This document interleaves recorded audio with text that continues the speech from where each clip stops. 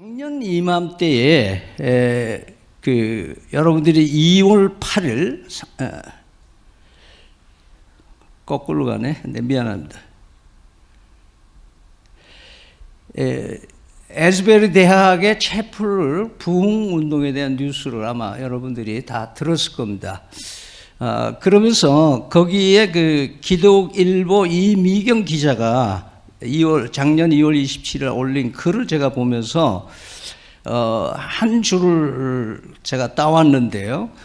이 에스베리 부흥이란 무엇인가라는 기사 속에서 미국의 크리스천 포스트의 대표인 그렉 스티어가 논평을 하고 얘기한 것들을 많이 삽입을 했습니다.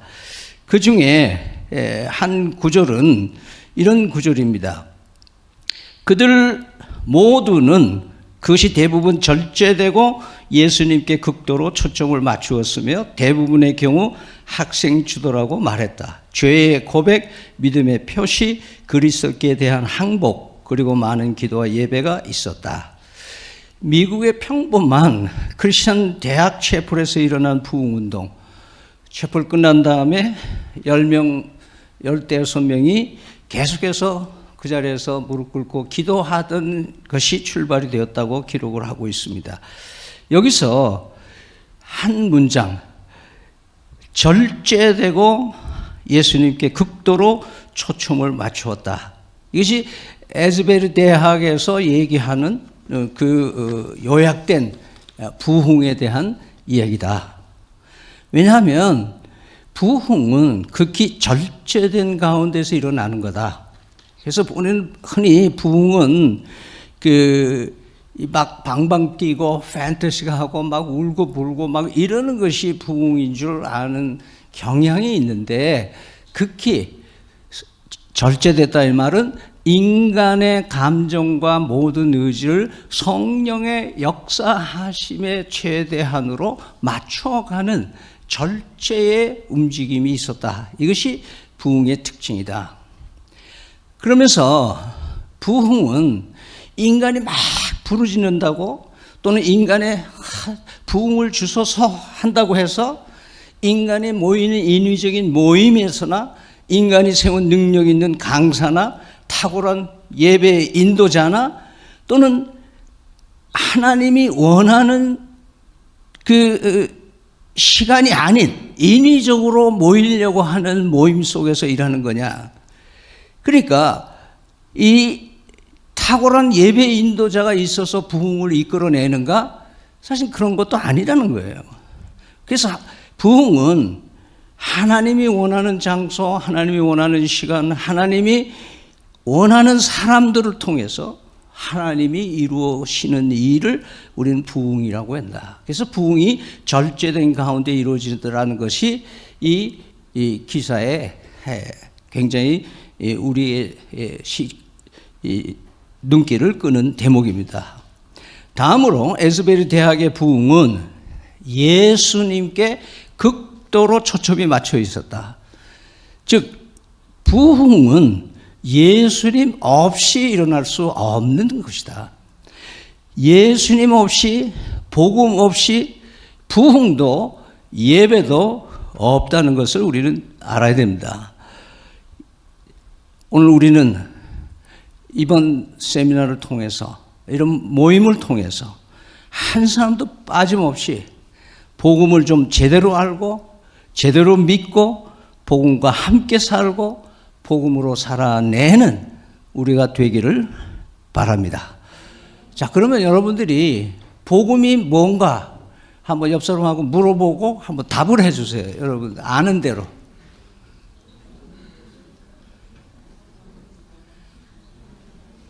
복음이 뭡니까? 물어보고 한번 답을 해보세요.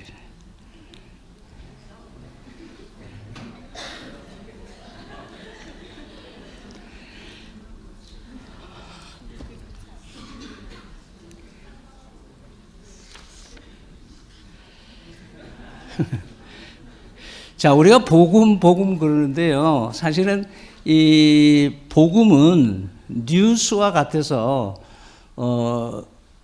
내용을 얘기하는 게 아니라 어떤 소식의 종류를 얘기하는 거잖아요. 그러니까 복음 자체는 무슨 뜻을 가지고 있지는 않아요. 문자적인 뜻은 여러분이 아는 대로 유한겔리온이라고 해가지고 유는 좋은, 겔리온은 엔젤에서 나온 메신저, 이렇게 해서 복음은 그 복된 소리다, 굿뉴스다, 가스펠이다, 이렇게 우리는 알고 있습니다.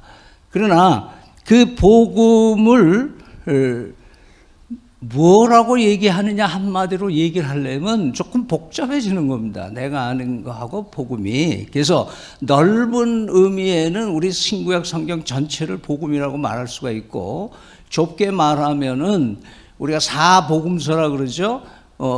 그 복음서는 뭐예요? 누구에 대한 얘기를 주로 하는 거죠? 예수님의 생애에 대한 얘기를 하는 게 복음서로, 사복음서에 나와 있죠.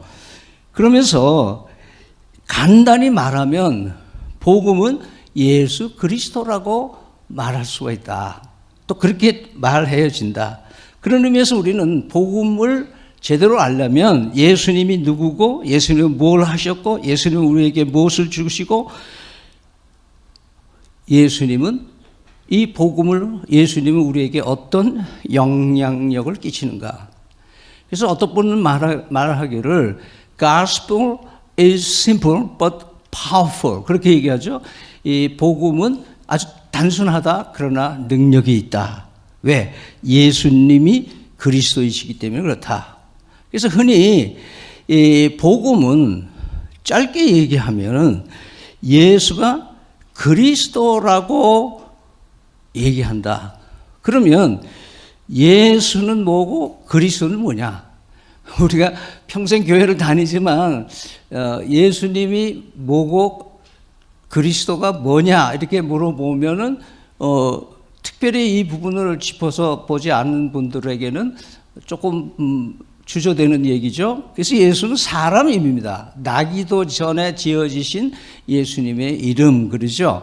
그래서 여호수아라고 얘기를 하면서 여호와는 구원이시다라는, 이것은 평범한 그 당시 시대의 사내 아이들의 이름이 예수다. 그러니까 예수는 딱 한 사람만 있었던 게 아니고 그 전후로 해서 그 유대인들이 바라던 여호와 하나님만이 우리의 구세주라고 하는 것을 아이들 이름으로 불렀던 것을 우리는 봅니다. 그러면 인간 예수를 우리는 그리스도라고 얘기를 한다. 그리스도라는 직무 호칭이죠. 직무 호칭. 예, 기름 부은 자다 그러죠. 보통 그 기름 부은 자라는 말은 구약 성경에 의하면은 왕에게 기름 붓고 선지자에게 기름을 붓고 예언자에게 기름을 붓죠. 그러면 이런 사람들이 3권을 가지고 있는 분이 그리스도라, 메시아다. 히브리어로는 메시아다, 그리스도다, 이렇게 얘기를 하는 것은 우리에게 이 예수님이 하나님이다. 그러니까 이렇게 생각하시면 쉬워요. 여러분, 이순신 그렇게 얘기를 안 하고 뭐라고 그래요? 앞에 뭐가 붙어요?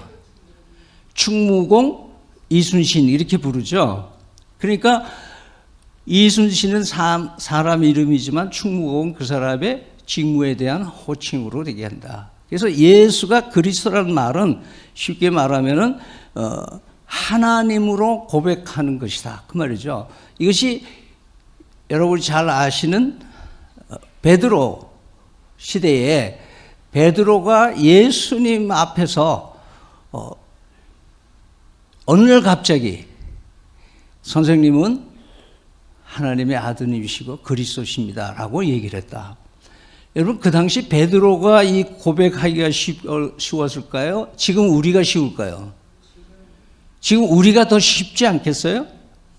그죠?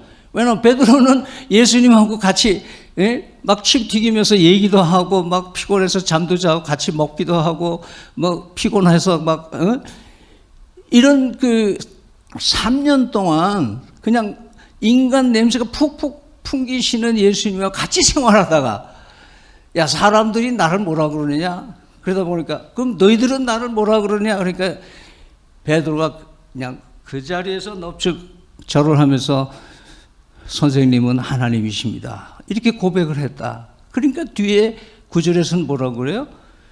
이 믿음은 네가 연구해낸 게 아니고 하나님이 그런 마음을 주신 거다. 그래서 이 믿음 위에 내가 교회를 세우겠다.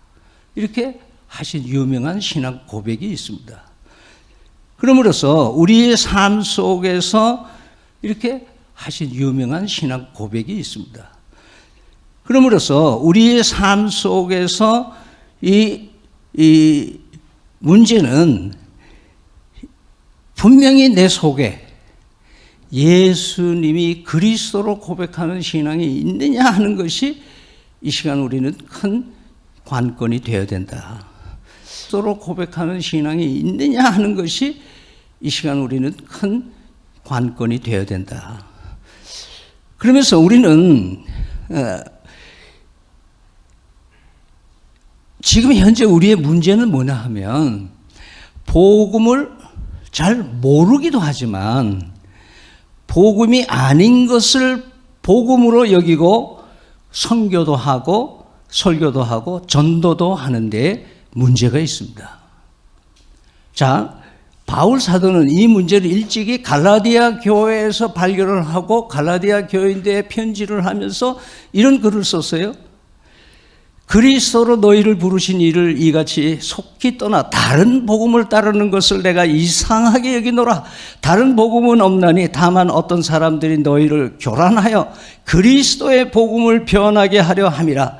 그러나 우리가 혹은 하늘에서부터 온 천사라도 우리가 너희에게 전한 복음 외에 다른 복음을 전하면 저주를 받을지어다. 우리가 전에 말하였거니와 내가 지금 다시 말하노니 만일 누구든지 너희가 받은 것 외에 다른 복음을 전하면 저주를 받을지어다. 이제 내가 사람들에게 좋게 하랴 하나님에게 좋게 하랴 사람들에게 기쁨을 구하랴. 내가 지금까지 사람들의 기쁨을 구하였다면 그리스도의 종이 아니라. 다른 복음. 지금 이 시대는 다른 복음을 전하는 데 문제가 있어요. 지금 이 시대는 다른 복음을 전하는 데 문제가 있어요. 여러분 오해하지 말고 잘 들으세요. 이거는 굉장히 오해하기 쉬운 말인데 하나님이 사랑의 복음이에요, 아니에요? 하나님의 계획이 복음이에요, 아니에요? 인생의 목적과 인생의 의미가 복음이에요, 아니에요?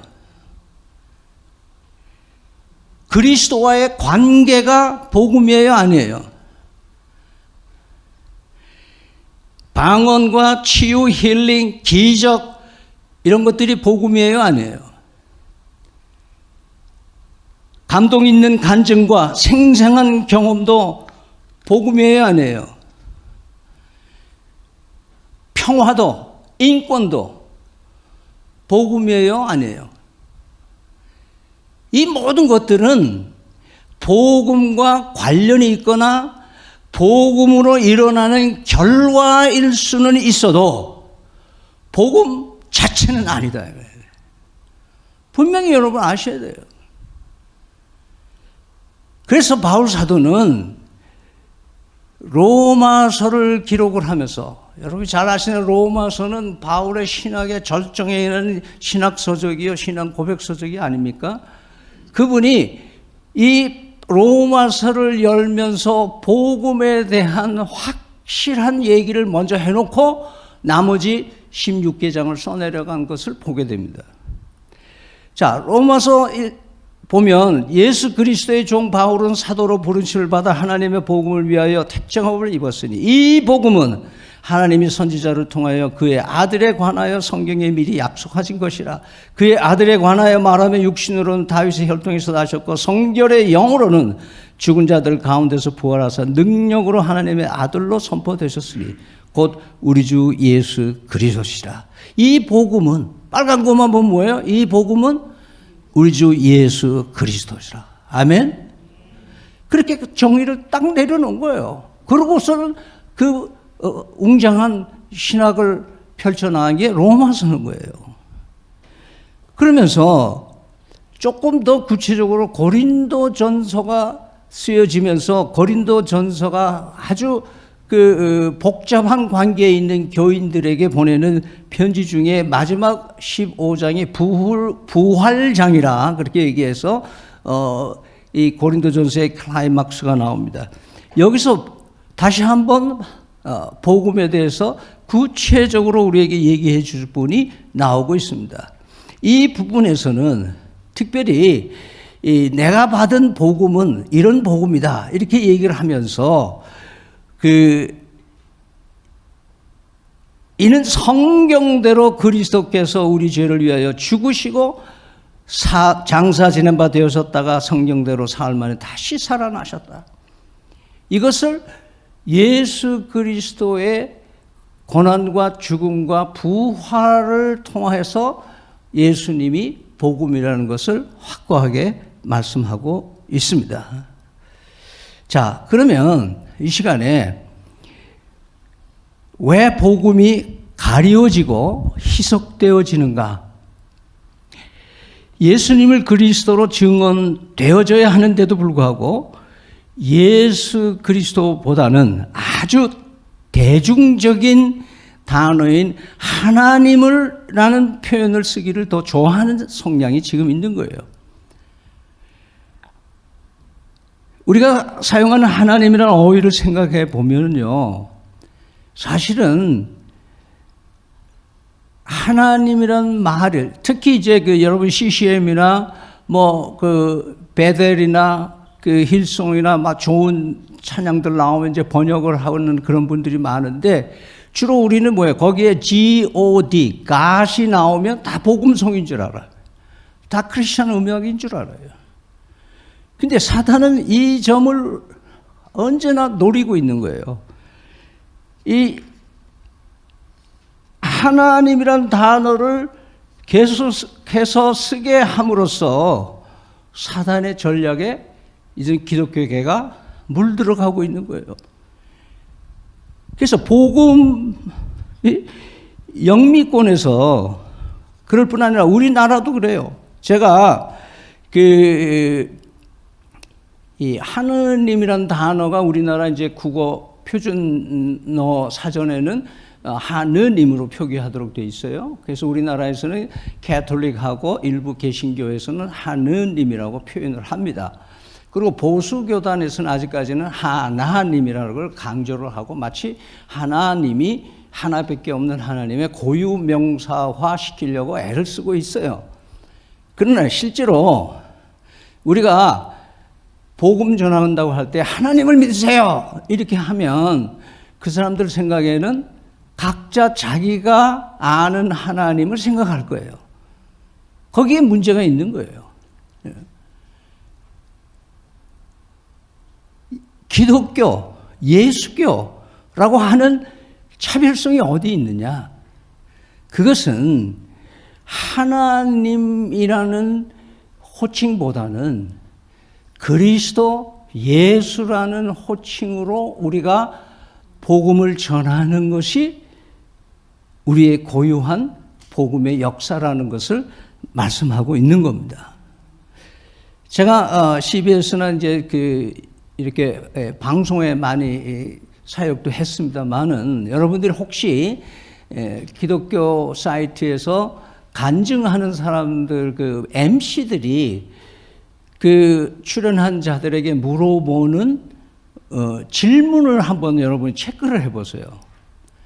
그럼 거의 10명 중에 9명은 MC나 아나운서가 묻습니다. 하나님을 언제 만나셨습니까? 이렇게 묻습니다.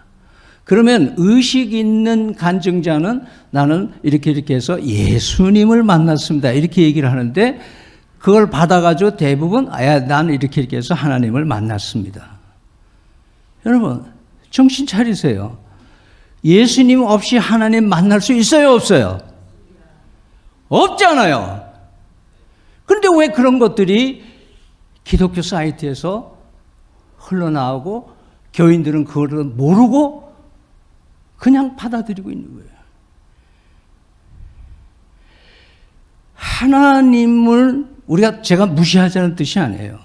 하나님께서 아들 예수 그리스도를 우리의 죄를 대신해서 못 박게 하시고 다시 살게 하시고 우리의 구세주가 되시고 하나님의 아들 되게 하시는 그 의미를 우리 속의 신앙의 핵심 가치로 두지 않으면 안 된다는 거예요. 그러면 하나님이 영광 받지 않으시는 거예요.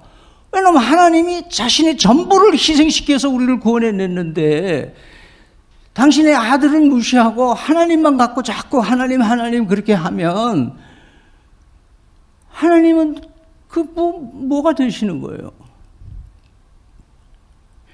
그렇게 하면 하나님은 뭐가 되시는 거예요?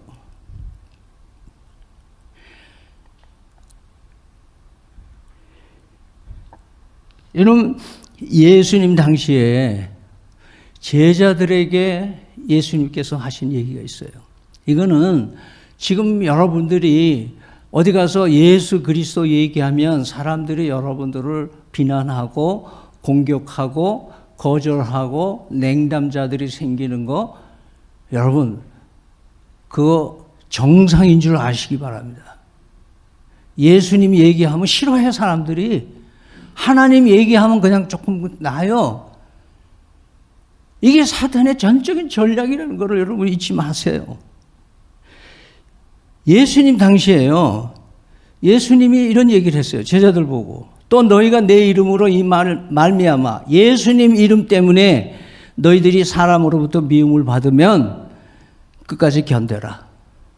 왜냐하면 요한복음에 가면은 너희를 미워하는 게 아니라 나를 먼저 미워한다.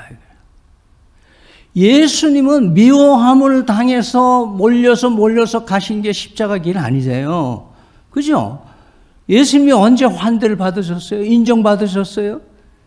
여러분 예수님이 그리스도라고 전도하러 다니면 하나님을 믿으세요 보다는 예수님을 믿으세요. 그러면 더 반감이 많은 세상에 지금 우리가 살고 있다는 것을 잊지 마시기 바랍니다. 여러분 기독교계도 어김없이 기독교 기관에서도 그리스도란 말을 자꾸 삭제하려고 그래요.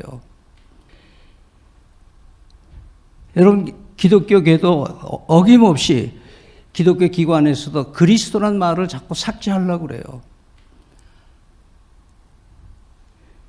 가장 큰 예가 뭐냐면 이 크리스마스라고 안 그러고 성탄절이라고 그래요. 성탄절은 성인이 탄생한 절기를 성탄절이라고 그래요. 크리스마스라고 쓰자는 게 제 운동이에요. 성탄절이라는 말 쓰지 말고. 여러분 고신대학에서부터 시작했던 크리스마스 추리 불빛을 시작으로 해가지고 광복동, 남포동, 해운대까지 했는데 이제는 어떻게 됐어요? 크리스마스란 말이 크리스란 말이 없어지고 어떻게 해요? 빛의 축제로 다 변화됐어요.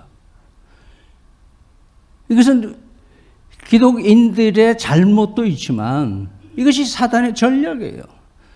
예수 그리스도라는 말을 쓰지 못하도록 다양한 방식으로 다양한 문화로 우리를 압박하고 있는 세상에 지금 살고 있다.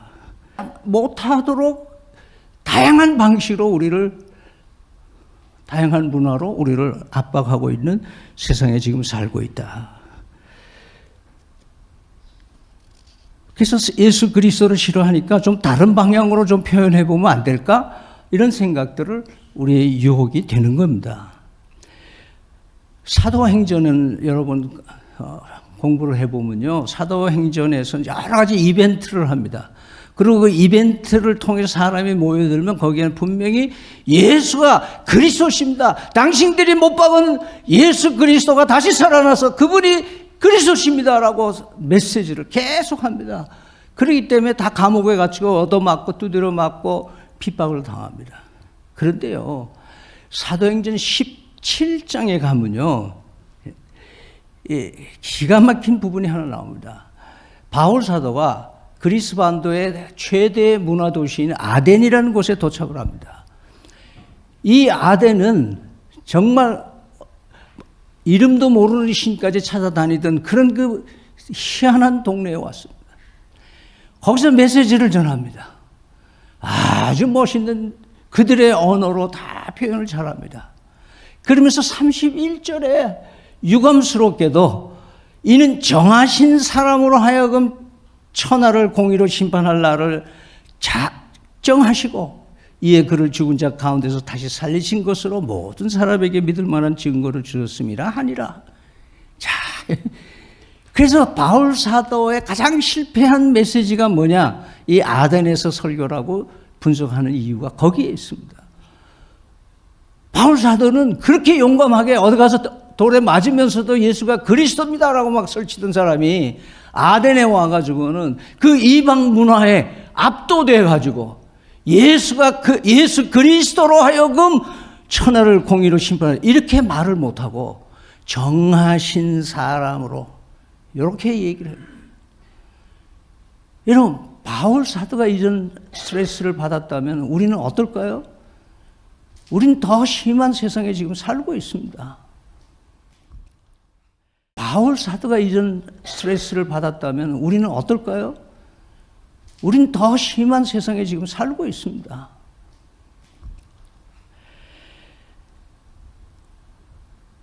그런 의미에서 예수님이 그리스도이심을 드러내는 것이 복음이고 이제는 복음이 무엇인지 어렴풋이 알았다면은 문제는 복음을 안다고 해서 끝나는 건가?